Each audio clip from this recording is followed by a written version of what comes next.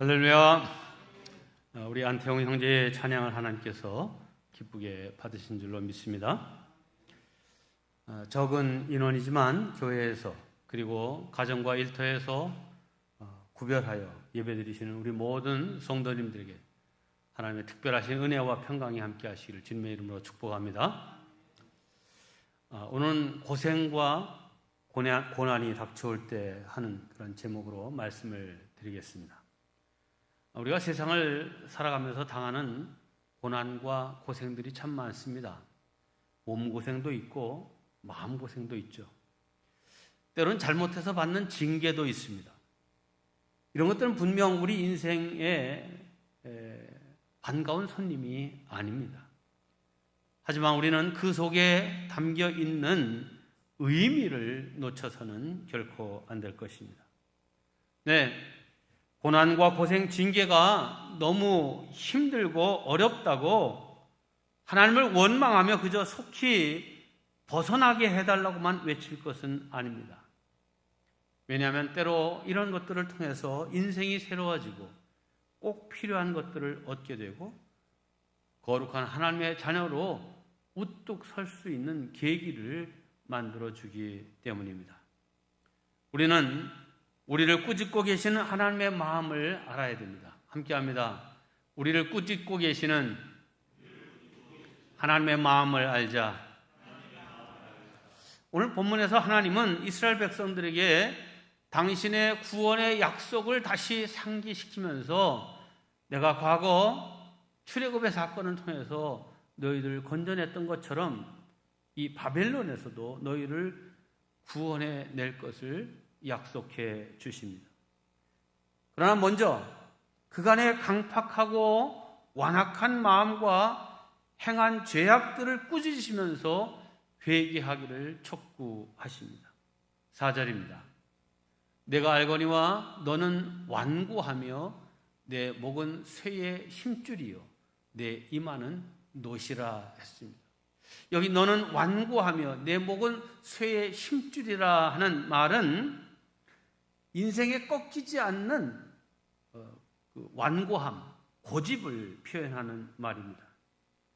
당시 이스라엘 백성들은 그 목의 힘줄이 무쇠인 것처럼 하나님의 말씀에 겸손히 머리 숙이지 않고 순종하지 않고 거역했습니다.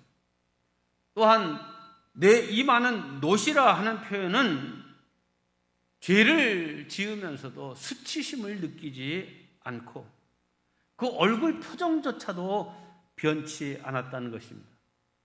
마치 얼굴에 놋을 씌운 것처럼 죄악에 대해서 아무런 죄책감을 갖지 않았다는 거죠. 요즘 말로 친다면 한마디로 얼굴에 철판을 깐 사람들이었다 하는 것입니다. 그러나 이것은 당시 이스라엘 백성들만 그랬던 것이 아니라 오늘 우리의 모습도 똑같습니다. 아이를 키우면서 보면 야단만 치려고 해도 벌써 눈에서 눈물이 뚝뚝 떨어지면서 잘못했다고 비는 아이가 있습니다. 그런가 하면 야단을 맞아도 잘못했다는 소리를 결코 하지 않는 아이도 있습니다. 이런 아이의 고집을 꺾으려고 하면 결국 부모가 사랑의 매를 들 수밖에 없습니다.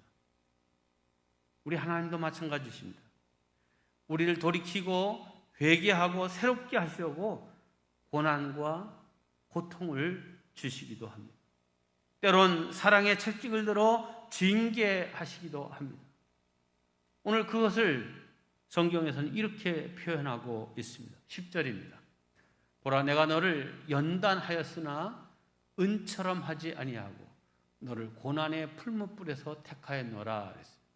먼저 여기 너를 연단하였으나 은처럼 하지 아니하고 라고 하는 이 말은 하나님께서 이스라엘 백성들이 지은 그 죄에 대해서 노여움과 분으로 은을 뜨거운 풀무불에 넣어서 그냥 확 녹여버리고 그냥 그야말로 없애버릴 정도로 그렇게 과격하게 거칠게 다루시지 않고 아주 세심하게 그 속에 있는 불순물만 제거하고 완전한 순전한 은으로 만드시려고 하는 세밀한 하나님의 사랑을 표현하고 있습니다.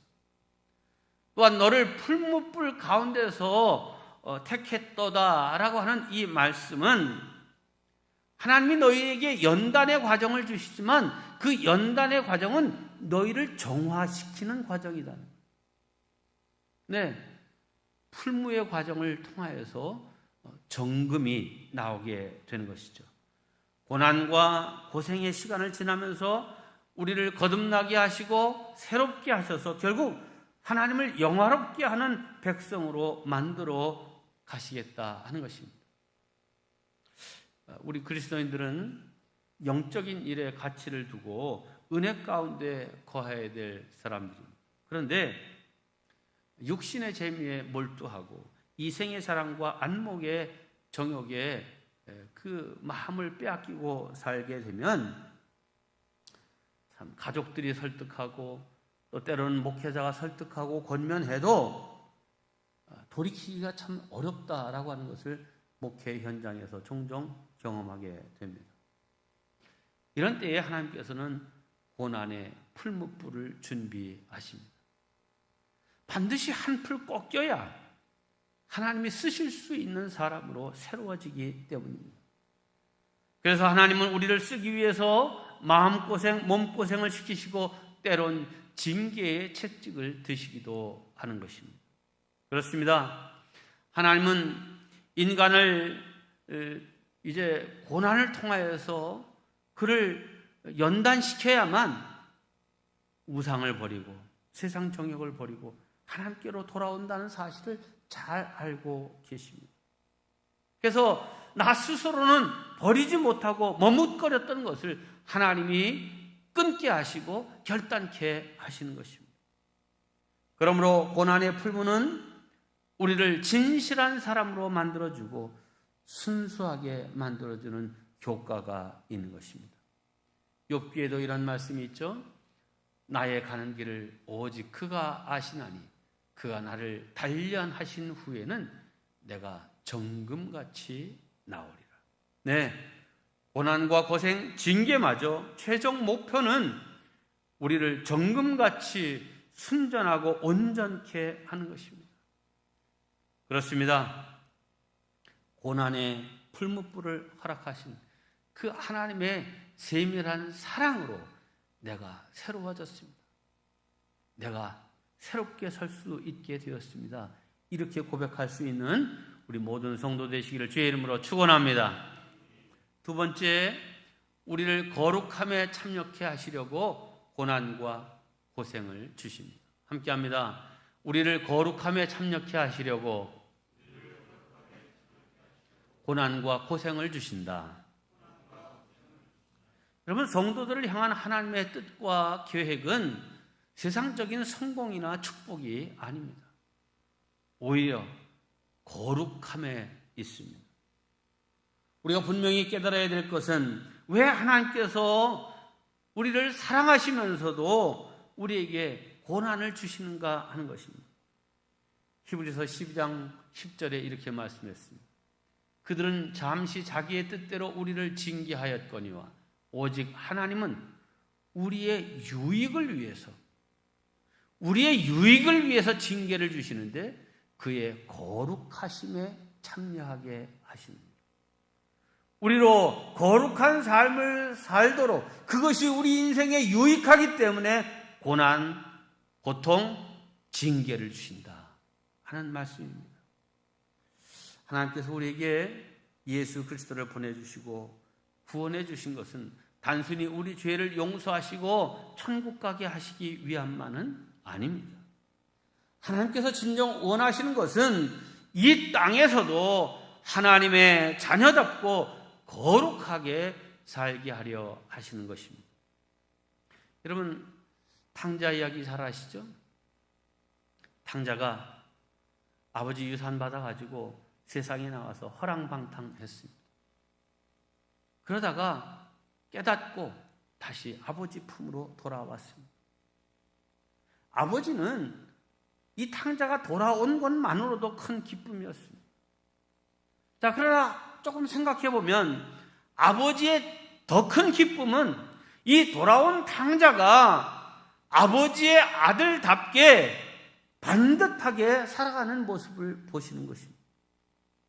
그렇습니다. 우리는 돌아온 탕자로 머물러서는 안 됩니다. 적극적으로 거룩한 삶을 살아야 됩니다. 자, 그렇다면 여러분들이 신앙생활하면서 점점 거룩하게 변화되어 가고 있으십니까? 작년과 달라지셨습니까?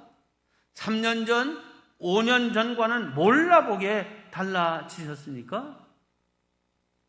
만일 신앙생활은 그동안도 계속해 왔는데 크게 변한 것이 없다면 잘 생각해 보셔야 됩니다. 그것은 우리 속에 거룩함에 대한 열망이 없거나 아니면 죄에 대한 심각한 폐해, 여기에 대한 심각성을 생각지 않기 때문입니다. 히브리서 12장 4절은 이렇게 말합니다. 여러분은 죄와 맞서서 싸우지만 아직 피를 흘리기까지 대항한 일은 없습니다. 이것이 하나님의 안타까움입니다. 네, 우리가 신앙생활 합니다. 교회 다닙니다. 그런데 정말 내가 거룩한 삶을 살아내야 되겠다고 생각하면서 세상에 대해서, 죄에 대해서 피를 흘리며 싸우겠다라고 하는 이런 각오를 갖지 못하고 조금씩 타협하면서 그냥 좋은 게 좋은 식으로 가고 있다 하는 것이죠. 다시 말씀드립니다. 하나님은 당신의 자녀들이 돈 잘 벌고 성공하는 것으로 기뻐하지 않습니다.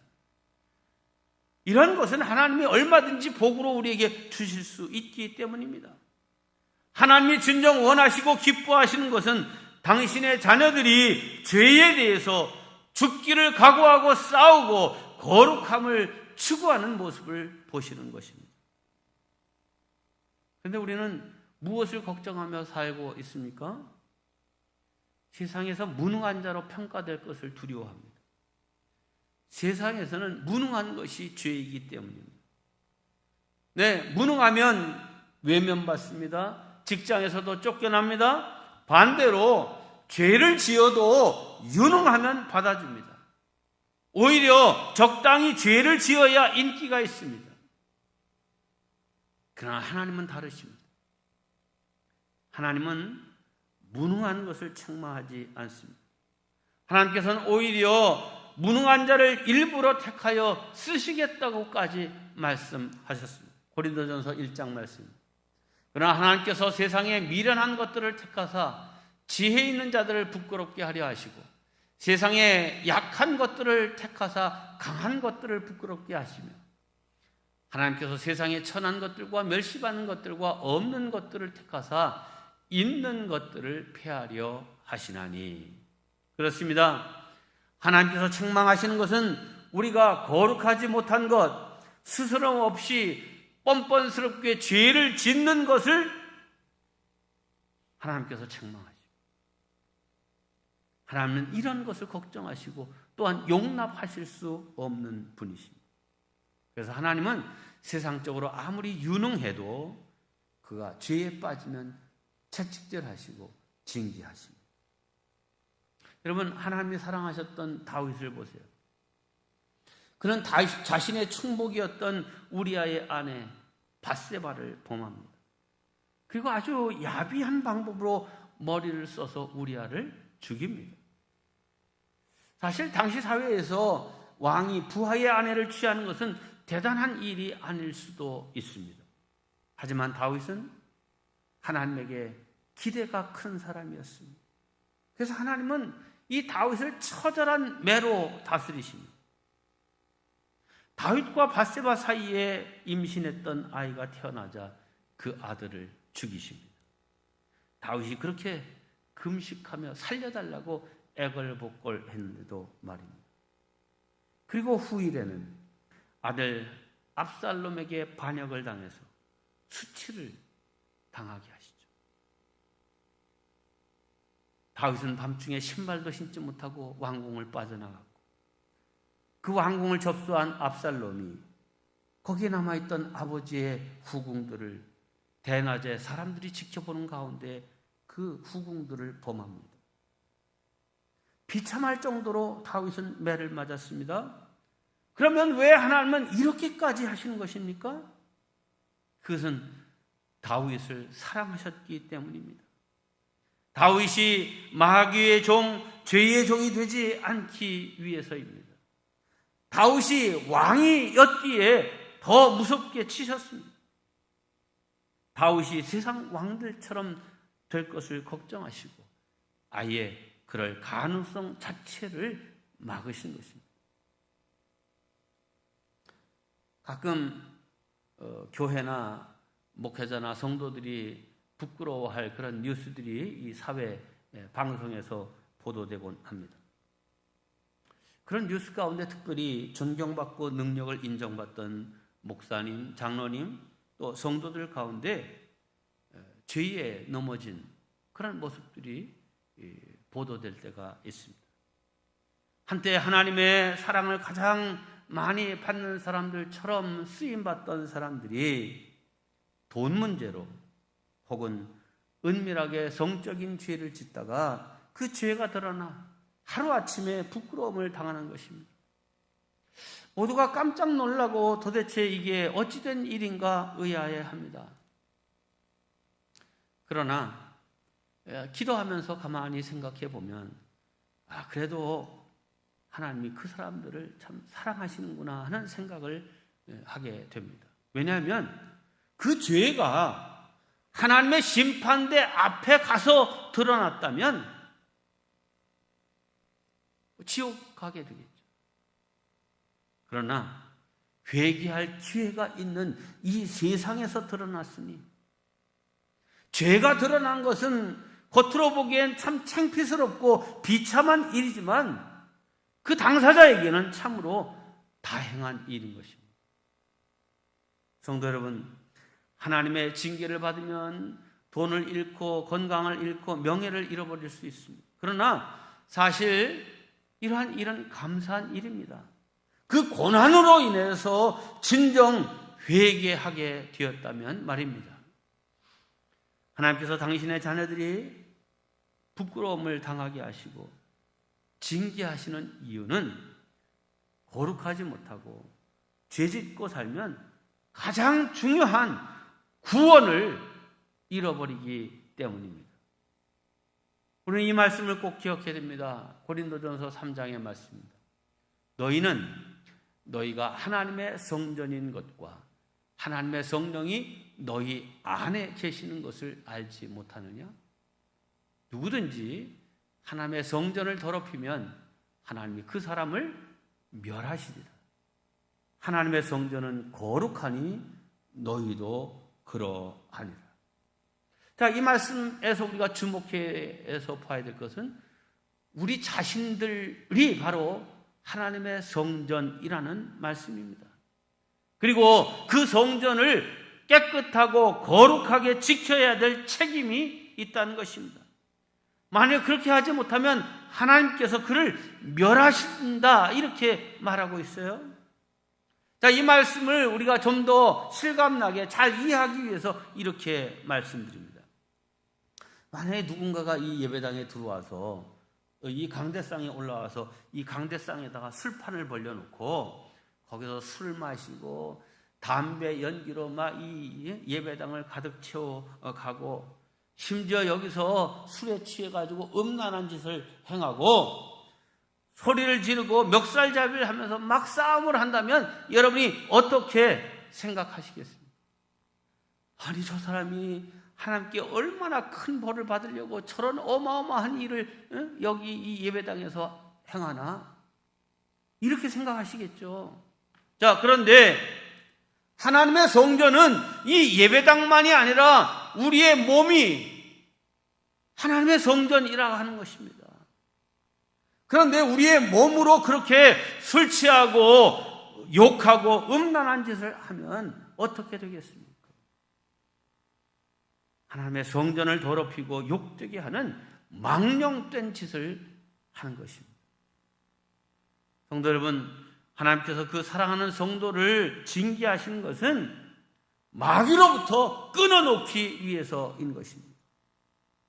반대로 마귀는 우리를 죄의 종이 되게 하는 것이 목적입니다. 그러므로 마귀는 절대로 우리를 무조건 괴롭히지 않습니다. 오히려 재밌고 흥미있고 마음대로 살 수 있는 자유를 우리에게 주는 것처럼 보입니다. 오히려 하나님이 우리를 괴롭게 하는 분처럼 여겨집니다. 하나님은 우리가 하고 싶은 것을 하지 못하게 하고 안 된다 하고 반대로 하기 싫은 것을 하라 하고 그러다 툭 하면 고난도 주시고 고생도 하게 하시고 심지어 징계도 하십니다. 한마디로 하나님은 무섭습니다. 반면에 마귀는 친구 같습니다. 성도 여러분, 마귀는 죄는 재밌고 거룩함은 재미없는 삶이라고 속삭입니다. 세상 사람들은 이 말을 진리로 받아들입니다. 완전히 세뇌되었습니다. 문제는 그리스도인들조차도 바로 그런 생각을 하고 있다는 사실입니다. 그래서 징계가 필요하고 고난과 고통이 필요한 것입니다. 죄 짓는 것이 얼마나 고통스러운지를 깨달아야 거기에 빠지지 않기 때문입니다. 그러므로 하나님께서 주시는 고난과 고통 그리고 징계가 있을 때 우리는 이렇게 생각해야 됩니다. 하나님께서는 아직도 나에게 기대를 걸고 계시고 아직은 나에게 희망이 있구나라고 생각해야 됩니다. 하나님이 우리를 치시고 고통을 주시고 징계하시는 것은 우리를 사랑하시는 증거입니다. 요한계시록 3장 19절에 이렇게 말씀합니다. 물은 내가 사랑하는 자를 책망하여 징계하는. 어떤 자를 책망하고 징계하신다고요? 하나님이 미워하는 자? 하나님이 싫어하는 자? 아닙니다. 하나님이 사랑하는 자를 책망하여 징계하신다. 목적이 뭡니까? 잃어버린 열심을 다시 회복하고 죄 지은 것을 회개하기 위해서. 무릇 징계나 고난이나 고통은 그것이 어떤 것이든 당시에는 즐거움이 아니라 괴로움으로 여겨집니다. 그러나 그것으로 훈련받은 사람에게는 심령의 평화, 가정의 평화가 열매 맺게 됩니다. 성도 여러분, 평화는 전쟁이나 무기로 얻어지는 것이 아닙니다. 죄 문제를 해결하여 하나님과의 관계가 바로 되고 거룩한 삶을 살아야 진정한 평화를 얻게 되는 것입니다. 이것이 성도가 받아야 될 진정한 축복임을 믿으시기를 주님의 이름으로 축원합니다. 이제 짧게 세 번째 말씀을 드리고 오늘 말씀을 마치겠습니다. 우리의 거룩한 삶에는 하나님의 명예가 달려 있습니다. 함께합니다. 우리의 거룩한 삶에는 하나님의 명예가 달려 있다. 네. 오늘 본문 9절과 10절 말씀을 다시 봅니다. 내 이름을 위하여 내가 노하기를 더디할 것이며 내 영광을 위하여 내가 참고 너를 멸절하지 아니하리라. 보라, 내가 너를 연단하였으나 은처럼 하지 아니하고 너를 고난의 풀무불에서 택하였노라. 자, 이 마지막 부분은 이미 설명했습니다. 내가 너를 연단했지만 은처럼 하지 않았다. 너를 세심하게 사랑으로 다뤘다. 그리고 그 고난의 풀무불을 통하여서 너를 건지고 택했다. 자, 하나님께서 이렇게 하시는 이유가 뭡니까? 그것은 앞에 2번 강조해서 이렇게 말씀하십니다. 내 이름을 위하여, 내 영광을 위하여. 무슨 말입니까? 하나님의 백성들이 죄짓고 그 속에 불순물이 가득 차고 이제 세상과 섞여 살고 그 순수함과 정결함과 깨끗함을 지키지 못하면 고난의 풀무불을 통하여서라도 우리를 정화시키고 깨끗하게 하시기를 원하신다 이거예요. 이유는 당신의 택한 백성들이 그렇게 사는 것은 하나님의 이름을, 하나님의 명예를 더럽히는 것이기 때문입니다. 그러니까 우리 성도들이 진리 위에 바로 서고 거룩함으로 승리하는 것은 하나님의 자존심이고 당신의 명예를 지키는 것이다 이 말이에요. 이것은 11절 말씀을 보면 더욱 분명해집니다. 11절입니다. 나는 나를 위하며 나를 위하여 이를 이룰 것이라. 어찌 내 이름을 욕되게 하리요. 내 영광을 다른 자에게 주지 아니하리라. 네, 우리가 죄에 쓰러지고 방탕한 삶을 살게 되면 하나님의 영광을 가리게 되기 때문에 그렇게 되지 않도록 하나님께서 우리를 방비하신다는 거죠. 고난, 고통, 때로는 징계를 통해서. 그러니까 우리에게 닥쳐지는 고난, 고통, 환난, 징계 이런 것들은 합력하여 하나님의 사람으로 만들어가는 선한 과정, 합력하여 선을 이루는 과정입니다. 로마서 8장 28절입니다. 우리가 알거니와 하나님을 사랑하는 자, 곧 그의 뜻대로 부르심을 입은 자들에게는 모든 것이 합력하여 선을 이루느니라. 그러므로 우리 성도들은 심한 고난과 고통 속에서도 거기에는 분명한 하나님의 섭리와 뜻이 있음을 믿어야 합니다. 그렇습니다. 우리들은 징계조차도 하나님의 신실하신 사랑의 손길임을 믿고 인내로서 승리하는 성도들이 되어야 할 것입니다. 말씀을 마칩니다. 성도 여러분, 여러분에게 질문합니다. 여러분 인생의 거룩함을 삶의 목표로 삼으신 적이 계십니까? 나는 거룩하게 산다. 구별되게 산다. 만약 그런 결심이 없었다면 이제라도 꼭 결단해 보시기를 바랍니다. 여러분, 고난과 고통 또 징계, 여기 이 속에는 하나님의 사랑이 있음을 말씀드렸습니다. 그렇지만 이것은 우리가 꼭 받아야만 되는 것들은 아닙니다. 그런 것 없이도 우리가 진실되게 거룩하게 산다면 왜 하나님께서 필요 없이 그런 고난과 고통, 징계를 주시겠습니까? 우리가 무서워해야 되고 피해야 될 것은 고난이나 고통이 아니라 죄인 것입니다.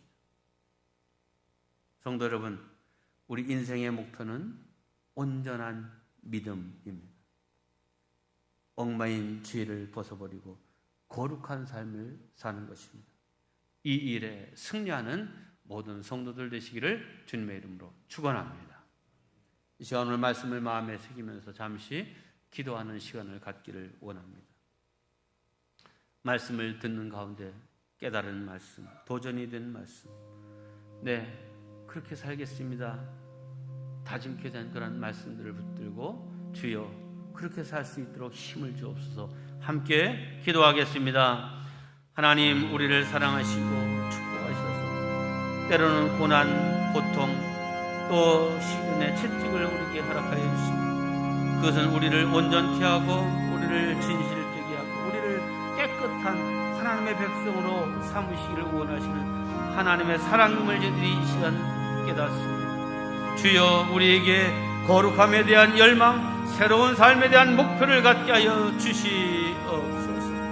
하나님, 언제나 우리를 사랑하셔서 이제 은처럼 하지 아니하고 고난의 풀무불 가운데서 우리를 깨끗게 하시고 정화시키고 새롭게 하시는 그 하나님의 사랑을 우리가 알고 이제 우리에게 닥쳐진 고난과 고통, 징계를 그 속에 담겨진 의미를 바로 알 지혜가 있게 하여 주시옵소서.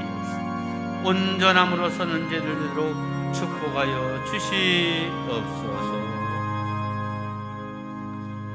사랑이 많으신 하나님 아버지, 우리를 죄 가운데 그냥 버려두지 않으시고 고난과 고통, 심지어 징계를 통해서라도 우리를 새롭게 하시니 감사드립니다. 이는 우리를 사생자나 버림받을 자로 취급하지 아니하시고 하나님의 나라를 유업으로 받을 당신의 친자녀로 여겨주시기 때문인 줄 믿습니다. 더는 방탕하고 불순종하고 불의한 삶으로 헤매지 말고 믿음 안에서 바르게 성장하게 하시고 거룩한 하나님의 백성이 되게 하여 주시옵소서. 그래서 우리의 삶을 통하여 하나님의 이름을 높이며 영광 돌리는 삶이 되게 하여 주시옵소서. 우리를 날마다 말씀으로 새롭게 하시는 예수님의 이름으로 기도하옵나이다. 아멘.